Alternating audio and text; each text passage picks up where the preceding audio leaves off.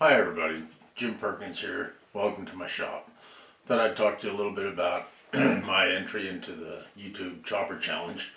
For my blade I chose a modified barong from the Philippines, and there's a story behind why I chose that.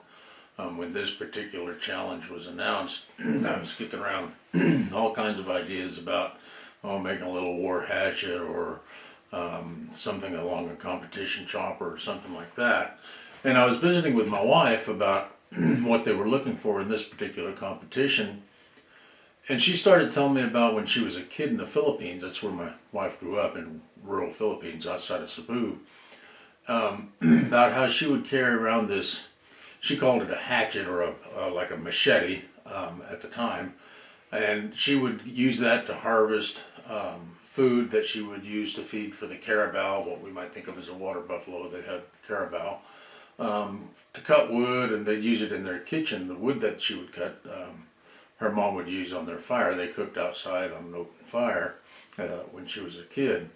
And I started thinking about my wife, who's itty bitty and even smaller as a kid, carrying around a machete to harvest stuff out in the forest so that she could feed the animals that they had and take care of their day-to-day needs. And she said they used that type of blade for just about everything in their daily living that required any kind of chopping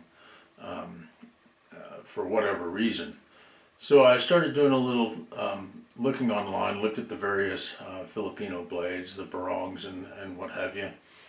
And I thought, well, why don't I make something like that, only keeping in mind that it was a small girl that used it at the time.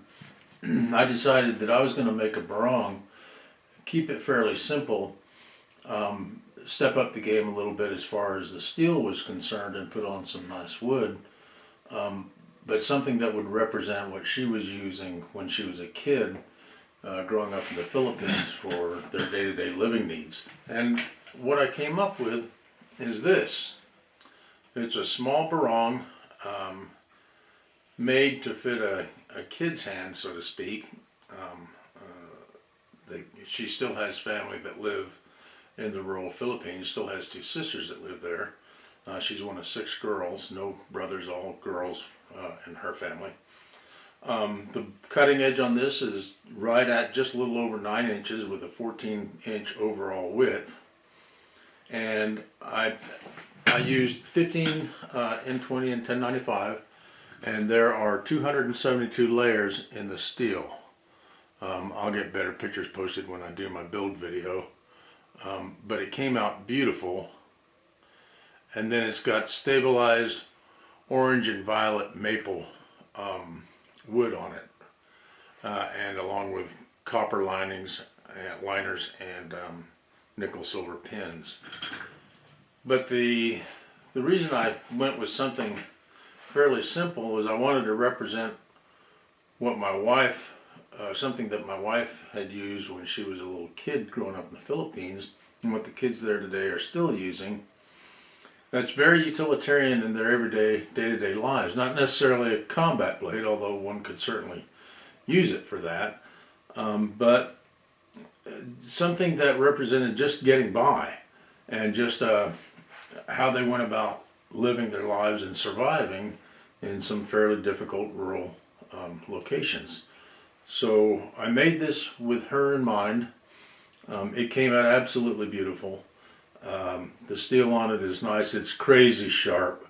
Another convex blade on there. I don't know if you can see it, but it's absolutely stunning and crazy sharp.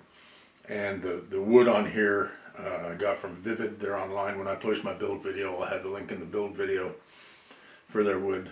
It's very, very nice stabilized wood. But I think this represents where she grew up and what she used.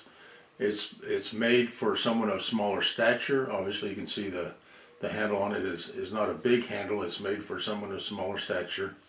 And you'll actually see her handling it in the build video. But anyway, that was the inspiration behind this blade, my entry for the Chopper Challenge. I think it came out really nice. It won't be anything super fancy. I know some of you guys are going to be making some really nice blades. But I think that when she was telling me about that, I just needed to make it, and I think it came out pretty nice. So I'll start working on the build video, and when I put that up, you'll be able to see the build video. And thanks for taking a look. We'll see you soon. Bye.